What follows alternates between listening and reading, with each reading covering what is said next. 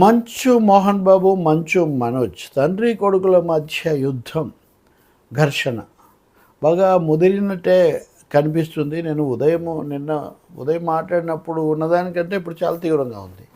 అంటే మంచు మనోజ్ ఆసుపత్రికి వెళ్ళారు, చికిత్స చేయించుకున్నారు, మెడికో లీగల్ రిపోర్ట్ అక్కడ తీసుకున్నారు. వాళ్ళు కూడా కొంత బలప్రయోగం వల్ల ఒక 5-6 భాగాల్లో ఆయనకు దెబ్బలు తగిలాయని ఆసుపత్రి కూడా చెప్పింది.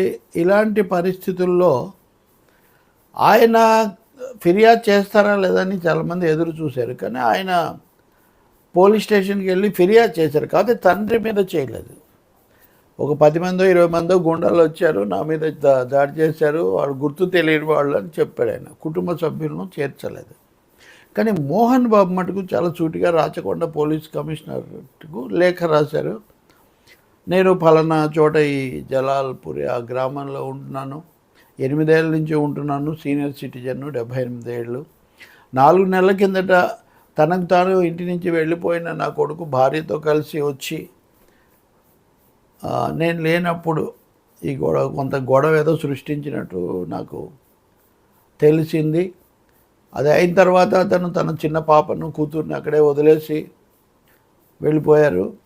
కానీ ఈరోజు ఉదయం చూస్తే నాకు గుర్తు తెలియని 30 మందో 20 మందో అలాంటి అనుమానాస్పదంగా అక్కడ సంచరిస్తున్నారు. వాళ్ళు నాకేదో హాని చేయడానికి వచ్చారని నాకు సందేహం కలుగుతుంది.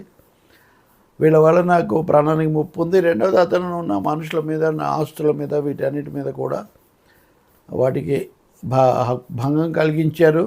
ఈ ఇల్లు కూడా తను తీసేసుకోవాలన్న పద్ధతిలో ఉన్నారు. అందుకని మీరు ఆయన నుంచి నా ప్రాణాలకు, నా ఆస్తులకు రక్షణ కల్పించాలని ఇంకా మోహన్ బాబు ఆ లేఖలో ఇంకేమీ చాలా సూటిగా చిన్న కొడుకు మనోజ్ మీద, మై యంగర్ సన్ అని చెప్పి ఇవన్నీ కూడా రాశారు. కాబట్టి ఇంకా ఆయనేమీ ఉపేక్షించదలుచుకోలేదనేది స్పష్టమవుతుంది. ఇంకో తమ్ముడు, ఇంకో సోదరుడు, పెద్ద కొడుకు విష్ణు విదేశాల్లో ఉన్నారు, ఆయన వస్తారంటున్నారు.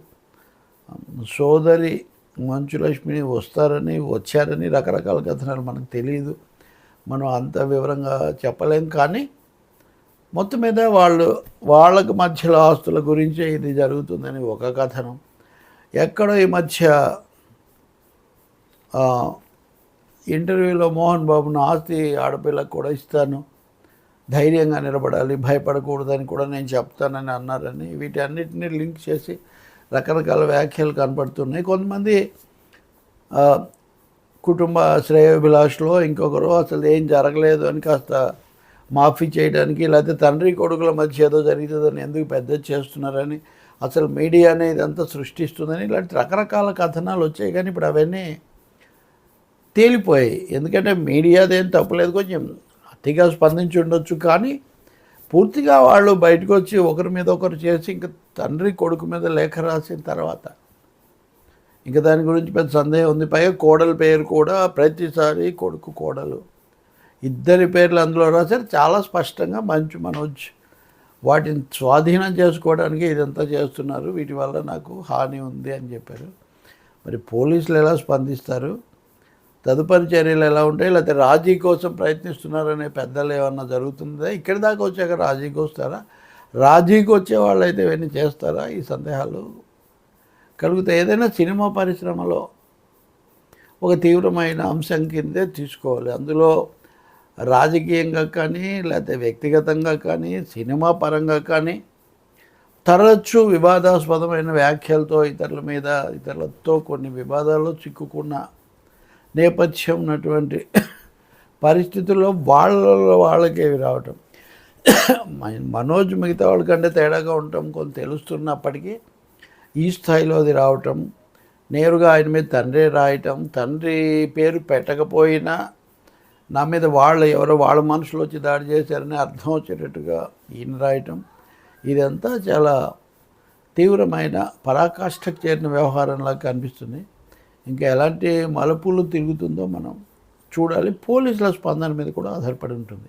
ఎందుకంటే నిన్న ఘర్షణ జరుగుతున్న స్పాట్కి కూడా వాళ్ళు వెళ్ళారు, ఫిర్యాదు ఏం లేదని వెళ్ళిపోయారు. కానీ జరిగింది అనే అంశాన్ని వాళ్ళు కూడా దాదాపు మీడియా ముందు ధృవీకరించారు. ఇప్పుడేం చేస్తారు, ఫిర్యాదు అధికారికంగా వచ్చింది, లేఖ అధికారికంగా వచ్చింది, చూడాలి ఇంకా.